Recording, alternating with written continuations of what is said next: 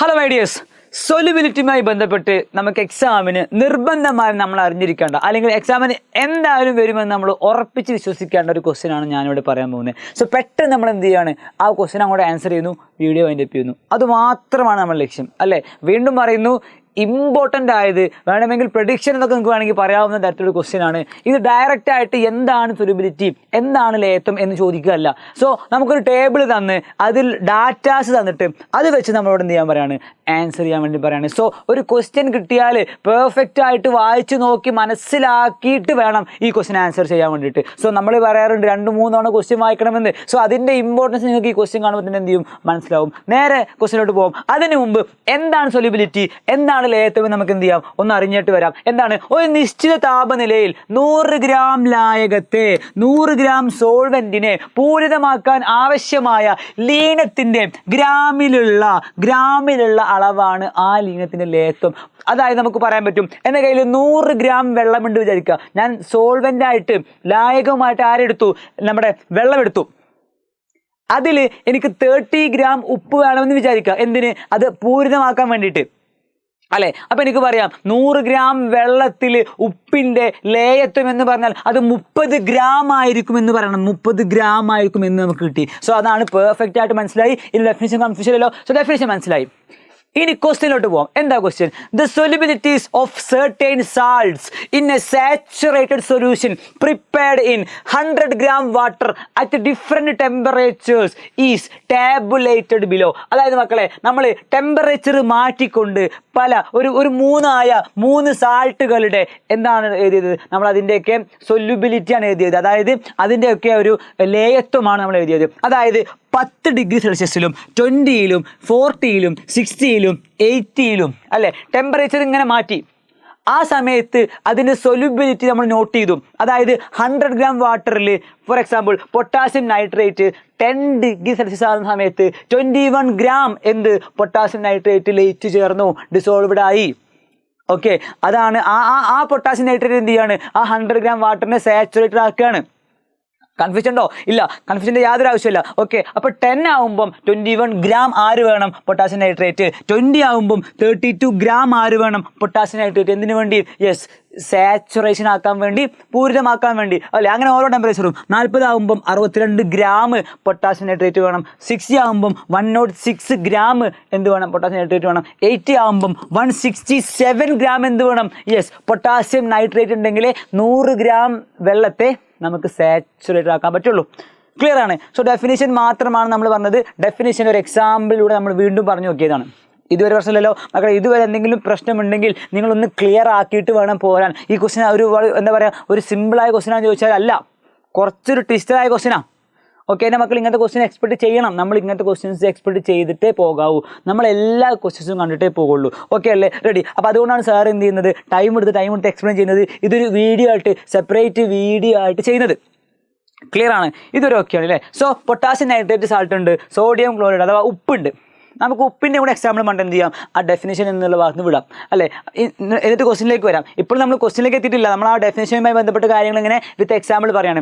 NaCl എന്ന് പറഞ്ഞാൽ 10 degree ആകുന്ന സമയത്ത് 36 ഗ്രാം ആവശ്യമുണ്ട്. എന്തിന്? 100 ഗ്രാം വാട്ടറിനെ സാച്ചുറേഷൻ ആക്കാൻ വേണ്ടിയിട്ട്, അതായത് പൂരിതമാക്കാൻ വേണ്ടിയിട്ട് അല്ലേ. ഇനി ടെമ്പറേച്ചർ കൂട്ടി 20 ആക്കി, അപ്പോഴും 36, 40 ആക്കി, അപ്പോഴും 36. അതായത് നേരത്തെ കണ്ട പോലെ ഇങ്ങനെ എന്ത് ചെയ്യുന്നില്ല, കൂടി വരുന്നില്ല. ഇവിടെ ആണെങ്കിലോ യെസ് സെയിം ആണ്. അതായത് സാൾട്ട് NaCl എന്ന് പറഞ്ഞാൽ നമുക്ക് കൂടുതൽ ഗ്രാംസ് വേണ്ടി വരുന്നില്ല. ആദ്യം എത്രയാണോ അത്ര തന്നെ മതി, 40 ഡിഗ്രി വരെ.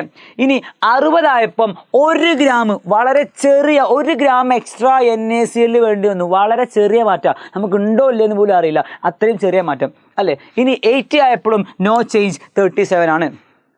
റെഡി അല്ലേ? ഇനി ബാക്കിയൊക്കെ എന്തുണ്ട്, അതേപോലെ തന്നെ അമോണിയം ക്ലോറൈഡിൻ്റെയും കൂടി തന്നിട്ടുണ്ട്.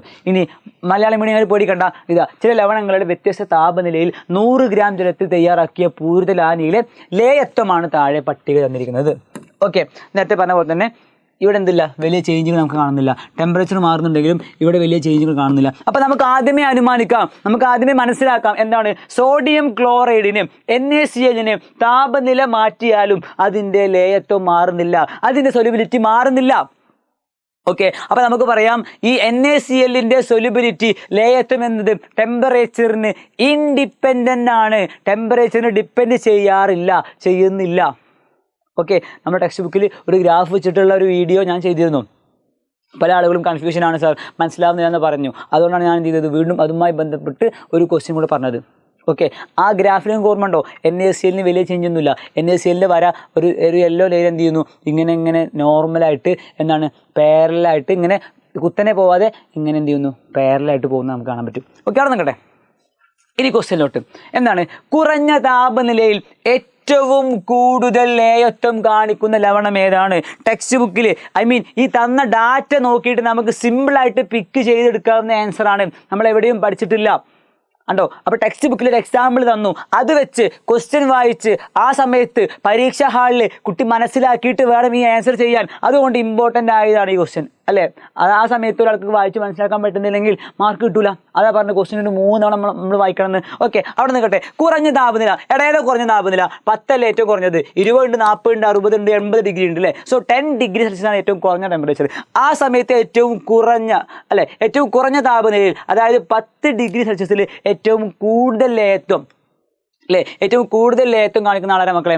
ഏതാ മക്കളെ? Which salt shows the maximum solubility at low temperature? ഏതാ മക്കളെ? 10 ഡിഗ്രി ആകുമ്പോൾ ആരാണ് ഏറ്റവും കൂടുതൽ സൊല്യൂബിലിറ്റി കാണിക്കുന്നത്? യെസ്, 36 ഉള്ള സോഡിയം ക്ലോറൈഡ് ആണ്. സോ ഫസ്റ്റത്തെ ആൻസർ എന്ത് വരിക മക്കളെ? യെസ്, NaCl ആയിരിക്കും. അതായത് ഇതിൻ്റെ മീനിങ് ഇത്രയേ ഉള്ളൂ. സാറ് മീനിങ് പറയാൻ പോവാണ്. നമ്മൾ 100 ഗ്രാം വാട്ടർ എടുത്തു, അത് ടെമ്പറേച്ചർ 10 ഡിഗ്രി സെൽഷ്യസിലാണ്. ഞാൻ 36 ഗ്രാം NaCl ഇട്ട് ഇളക്കിയാൽ ഈ സൊല്യൂഷൻ സാച്ചുറേഷൻ എത്തുള്ളൂ. എന്നാൽ ബാക്കി 2 പേരും കുറവ് മതി. 21 ഗ്രാം ഉണ്ടെങ്കിൽ പൊട്ടാസ്യം നൈട്രേറ്റ് ശരിയായി, 24 ഗ്രാം ഉണ്ടെങ്കിൽ അമോണിയം ക്ലോറൈഡ് സാച്ചുറേഷനായി. പക്ഷേ ഉപ്പിൻ്റെ കേസിൽ, NaClൻ്റെ കേസിൽ അദ്ദേഹം 36 ഗ്രാം ആവശ്യമുണ്ട്, എന്നാലേ സാച്ചുറേഷൻ എത്തുള്ളൂ. ക്ലിയർ ആണല്ലോ? സാച്ചുറേഷൻ, അൺസാച്ചുറേറ്റഡ് സൊല്യൂഷൻ, അതേപോലെ സൂപ്പർ സാച്ചുറേറ്റഡ് സൊല്യൂഷൻ നമുക്കറിയാം.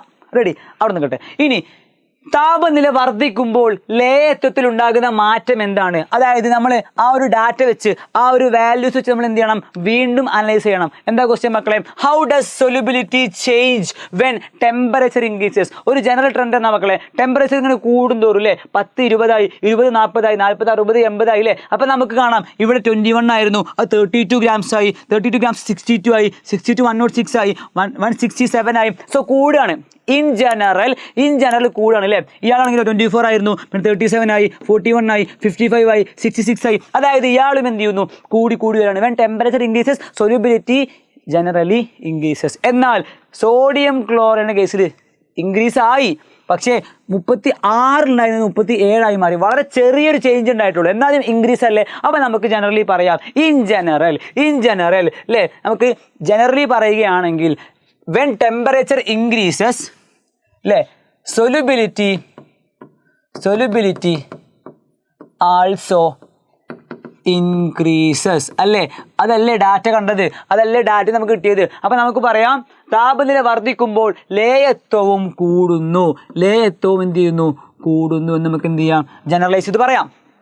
ഓക്കെ, അടുത്തത് 40 ഡിഗ്രി സെൽഷ്യസിൽ 50 ഗ്രാം ജലത്തിൽ പൊട്ടാസ്യം നൈട്രേറ്റിൻ്റെ ഒരു പൂരിത ലായനി തയ്യാറാക്കാൻ ആവശ്യമായ ലീനത്തിൻ്റെ അളവ് എത്ര? ഓ മൈ ഗോഡ്, ഈ ക്വസ്റ്റിനെ കണ്ട ചിലപ്പോൾ ആൾക്കാർ എന്ത് ചെയ്യും? എക്സാമിനേഷൻ ഹാളിൽ ആകെ തലകറങ്ങി വീഴും.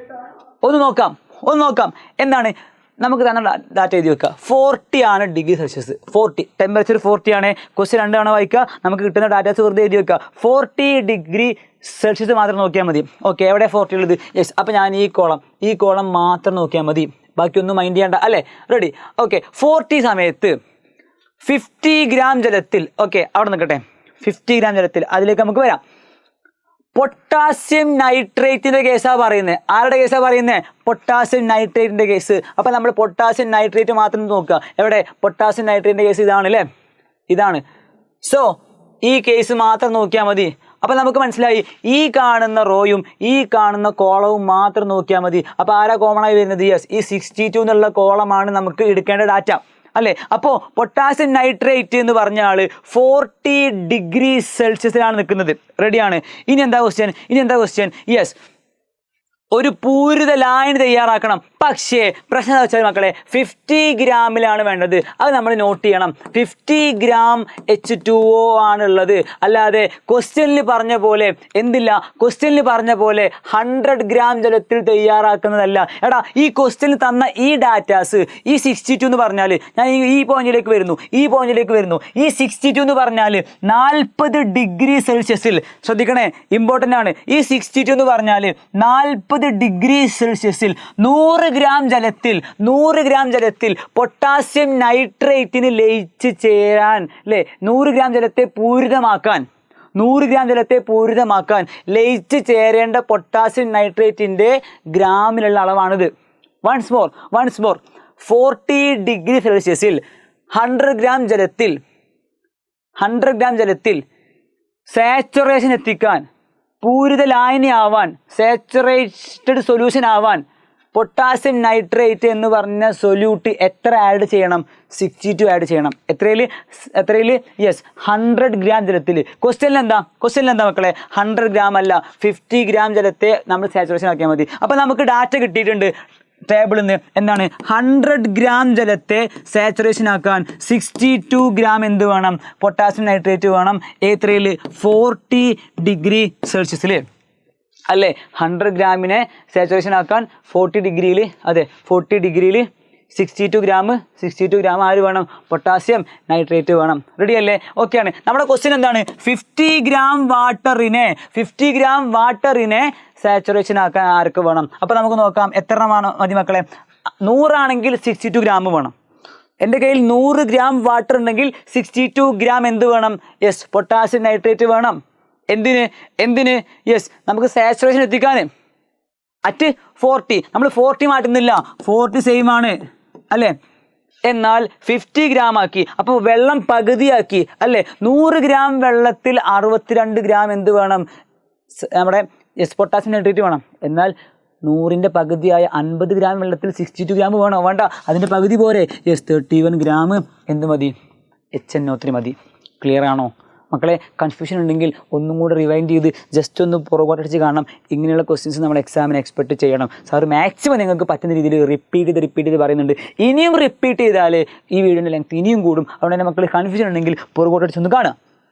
സാർ എക്സ്പ്ലെയിൻ ചെയ്യുന്ന ഭാഗം ഒന്നും കൂടെ വ്യക്തമായിട്ട് 2, 3, 4 തവണ കണ്ട് ക്ലിയർ ആക്കുക. ഓക്കെ, അടുത്തത് പട്ടികയിൽ കൊടുത്ത ലവണങ്ങളിൽ താപനില മാറുന്നതിനനുസരിച്ച് ലേയത്വത്തിൽ വലിയ വ്യത്യാസമില്ലാത്ത ലവണം ഏതാ? നമ്മൾ നേരത്തെ കണ്ടു വെച്ചിട്ടുണ്ട് അല്ലേ? ആരായിരുന്നു? യെസ്, നോക്കണം. Which salt given in the table does not show much difference? വലിയ ഡിഫറൻസ് ഒന്നും കാണിക്കുന്നില്ല അല്ലേ? ഇനി സൊല്യൂബിലിറ്റി, അയാളുടെ സൊല്യൂബിലിറ്റി മാറുന്നതന്നെയല്ല, വലിയ മാറ്റമൊന്നുമില്ല. 36 ഉണ്ടായിരുന്നത് ജസ്റ്റ് 37 ആയിട്ട് മാറി, അല്ലേ? ടെമ്പറേച്ചർ വളരെയധികം കൂടിയെങ്കിലും 80 ഒക്കെ ആയിരുന്നുണ്ടെങ്കിലും ജസ്റ്റ് 36 ഉണ്ടായിരുന്ന എന്തായിട്ട് മാറി? 37 ആയിട്ട് മാറി. അത്ര മാത്രമേ മാറ്റം വന്നുള്ളൂ. അതാരായിരുന്നു? None other than NaCl. ആരാ മക്കളെ? യെസ്, 10 ഡിഗ്രി ആയിരുന്നപ്പോൾ അയാൾ എത്രയായിരുന്നു? 36 ആയിരുന്നു അയാളുടെ സൊല്യൂബിലിറ്റി, ലേയത്വം, അല്ലേ? 20 ആയപ്പോൾ 36, 40 ആയപ്പോൾ 36, 60 ആയപ്പോൾ 37. ആകെ ഒറ്റൊന്നേ മാറിയുള്ളൂ, ഒരു ഗ്രാം, അല്ലേ? 80 ആയപ്പോഴും 37. സോ വലിയ മാറ്റം കാണിക്കാത്ത, ടെമ്പറേച്ചർ ഇങ്ങനെ കൂടുന്നുണ്ടെങ്കിലും, വളരെയധികം കൂടുന്നുണ്ടെങ്കിലും, പക്ഷേ ഒരു മാറ്റവും കാണിക്കാതെ, സൊല്യൂബിലിറ്റിയിൽ വലിയ മാറ്റം കാണിക്കാത്ത ആളാണ് മക്കളെ? യെസ്, അത് നമ്മുടെ സ്വന്തം ആരാണ്? NaCl, അഥവാ നമുക്ക് പറയാം ഉപ്പ് എന്ന് പറയാം, അല്ലെങ്കിൽ സോഡിയം ക്ലോറൈഡ്. സോ ഈ വീഡിയോൻ്റെ പ്രത്യേകത എന്ന് പറഞ്ഞാൽ മക്കളെ, വളരെ ഇമ്പോർട്ടൻ്റ് ആയതും എക്സാമിന് എന്തായാലും എക്സ്പെക്റ്റ് ചെയ്യുന്നതുമായ നല്ലൊരു ക്വസ്റ്റ്യൻ വളരെ വ്യക്തമായിട്ട് അത്യാവശ്യം ടൈം എടുത്ത് സാറ് പറഞ്ഞിട്ടുണ്ട്. ഇനി മക്കൾക്ക് മനസ്സിലായിട്ടില്ലെങ്കിൽ ജസ്റ്റ് ഒന്ന് പുറകോട്ടടിച്ച് വ്യക്തമായിട്ട് കണ്ട് പഠിച്ചിട്ട് മാത്രം എക്സാമിന് പോവുക. സോ നിങ്ങളുടെ A+ നിർണ്ണയിക്കുന്ന, അല്ലെങ്കിൽ നല്ലൊരു വിഹിതം മാർക്ക് തരുന്ന ക്വസ്റ്റ്യൻ ആയിരിക്കും. എൻ്റെ മക്കളെല്ലാവരും ഒന്ന് ശ്രമിച്ച് പഠിച്ചിട്ട് എക്സാമിന് പോവുക. സോ ഇതെന്തായാലും നിങ്ങൾക്ക് ഉപകാരപ്പെടുമെന്ന് ആശംസിക്കുന്നു, ഉപകാരപ്പെടട്ടെ എന്ന് ആത്മാർത്ഥമായി പ്രാർത്ഥിക്കുന്നു. And all the best. നമുക്ക് മനസ്സിലാവും. ഓക്കെ അല്ലേ? Good bye.